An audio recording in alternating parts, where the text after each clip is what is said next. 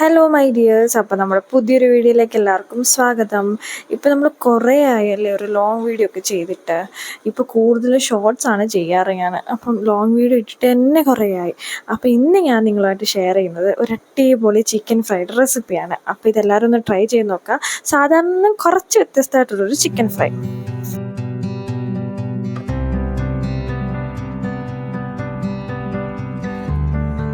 അപ്പോൾ നമ്മുടെ ഈ ചിക്കൻ ഫ്രൈ റെഡിയാക്കാനായിട്ട് ആദ്യം നമുക്ക് അതിൻ്റെ ബാറ്റർ എല്ലാം റെഡിയാക്കണം. അതിന് വേണ്ടിയിട്ട് ഞാനിവിടെ അരിപ്പൊടിയാണ് എടുക്കുന്നത്. ആദ്യം അരിപ്പൊടി ഞാനിവിടെ ഒരു 3 ടേബിൾ സ്പൂൺ എടുക്കുന്നുണ്ട്. അതിലേക്ക് കോൺഫ്ലവർ ഒരു ടീസ്പൂൺ ഇട്ടിട്ടുണ്ട്.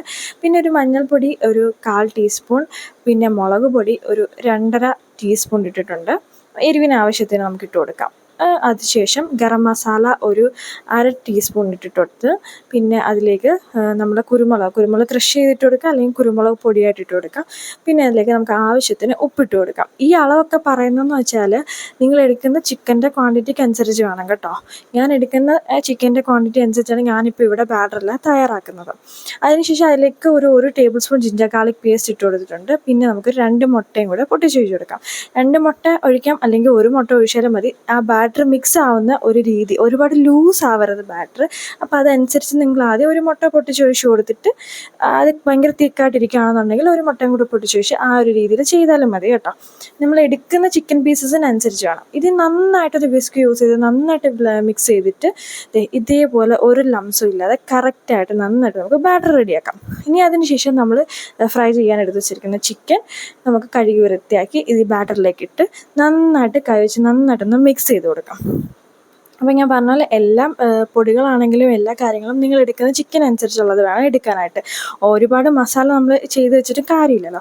അപ്പോൾ ഞാൻ എല്ലാ ചിക്കൻ പീസസും അതിലേക്ക് ഇട്ട് കൊടുത്തിട്ടുണ്ട്. ഇനി ഇത് നന്നായിട്ട് മസാലയൊക്കെ പുരട്ടി മാരിനേറ്റ് ചെയ്ത് വെക്കാം. മാരിനേറ്റ് ചെയ്യാന്ന് പറഞ്ഞാൽ എത്ര നേരം മാരിനേറ്റ് ചെയ്യുന്നോ അത്രയും ടേസ്റ്റ് നമുക്ക് ഇതിൽ കൂടത്തേ ഉള്ളൂ. ഒരു 1/2 മണിക്കൂർ മിനിമം മാരിനേറ്റ് ചെയ്യാനായിട്ട് ശ്രദ്ധിക്കുക കേട്ടോ. അപ്പം ഞാൻ ഇതെല്ലാം ഒന്ന് മിക്സ് ചെയ്തതിന് ശേഷം ഒരു 1/2 ലെമണും കൂടി അതിലേക്കൊന്ന് പിഴിഞ്ഞ് വെച്ചിട്ടുണ്ട് കേട്ടോ. ഒരു കുറച്ച് പുളിപ്പും കൂടെ വരുമ്പോഴത്തേക്കിന് നല്ല ടേസ്റ്റ് ആയിരിക്കും.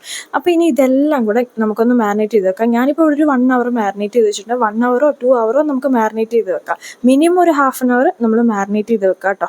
എന്നെങ്കിൽ കറക്റ്റായിട്ട് ഇതെല്ലാം ആ മസാല എല്ലാം നമ്മളുടെ ചിക്കനിൽ നന്നായിട്ട് പിടിക്കത്തുള്ളൂ.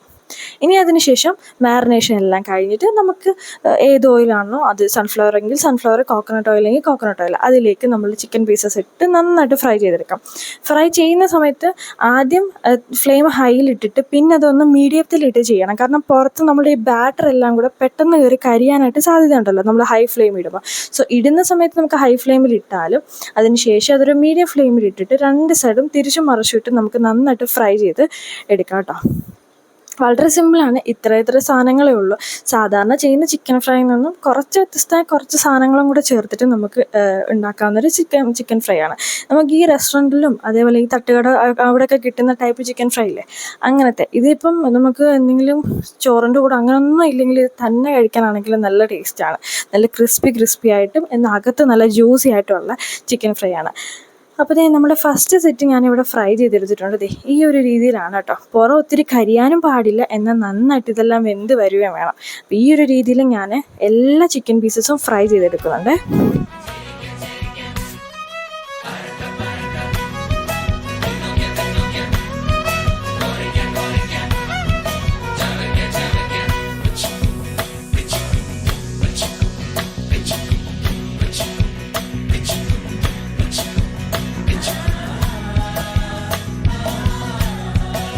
അപ്പോൾ ഞാൻ നമ്മുടെ ചിക്കൻ എല്ലാം ഒന്ന് ഫ്രൈ ചെയ്തെടുത്തിട്ടുണ്ട് കേട്ടോ. പിന്നെ ഞാൻ കുറച്ച് ലെമണും അതേപോലെ സവാളയൊക്കെ വെച്ചിട്ട് ഒന്ന് ഗാർണിഷൊക്കെ ചെയ്ത് വെച്ചിരിക്കുകയാണ്.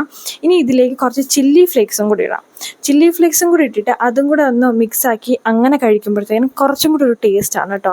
അത് ചെയ്യുമ്പോൾ കുറച്ചുകൂടി ഒരു അഡ്വാൻസ് ആയിട്ടുള്ളൊരു ടേസ്റ്റാണ്. കറക്റ്റ് നമുക്ക് ഈ തട്ടുകടയിൽ നിന്നൊക്കെ കിട്ടുന്ന ഒരു ടൈപ്പില്ലേ, ആ ഒരു ടേസ്റ്റ് നമുക്ക് വരും ഈ ചില്ലി ഫ്ലേക്സ് കൂടെ. കാണാനാണെങ്കിലും നമ്മുടെ പ്രസൻറ്റേഷൻ വൈസ് ആണെങ്കിലും നല്ല ഭംഗിയായിരിക്കും, കഴിക്കാനാണെങ്കിലും അതേപോലെ നല്ല അടിപൊളി ടേസ്റ്റ് ആയിരിക്കും. അപ്പം ഇതേപോലെ ചിക്കൻ ഫ്രൈ ഉണ്ടാക്കി നോക്കിയിട്ടില്ലാത്തവരാണെങ്കിൽ എന്തായാലും ഇതൊന്നും ട്രൈ ചെയ്ത് നോക്കണം. നല്ല അടിപൊളി ടേസ്റ്റാണ് കേട്ടോ. നമുക്ക് ചോറിൻ്റെ കൂടെ ചപ്പാത്തിയുടെ കൂടെ ഒക്കെ കഴിക്കാം. ഇതൊന്നും അല്ലെങ്കിലും ഇത് തന്നെ എടുത്തിട്ട് കഴിക്കാനാണ്. നമ്മൾ KFC ചിക്കനൊക്കെ കഴിക്കില്ലേ, അതേപോലെ നമുക്കിത് തന്നെ എടുത്ത് വെച്ചിട്ടാണെങ്കിലും കഴിക്കാവുന്നതാണ്. അപ്പോൾ വളരെ സിമ്പിളാണ്. അപ്പോൾ എല്ലാവരും ഒന്ന് ട്രൈ ചെയ്ത് നോക്കണം കേട്ടോ. ട്രൈ ചെയ്ത് നോക്കിയിട്ട് നിങ്ങളുടെ ഫീഡ്ബാക്ക്സ് എന്നെ കമൻറ്റ് ബോക്സിൽ അറിയിക്കാൻ വേണം. അപ്പോൾ വീഡിയോ ഇഷ്ടപ്പെട്ടാലും ലൈക്ക് ചെയ്യാനും ഷെയർ ചെയ്യാനും അതുപോലെ ചാനൽ സബ്സ്ക്രൈബ് ചെയ്ത് സപ്പോർട്ട് ചെയ്യാനും മറക്കരുത് കേട്ടോ.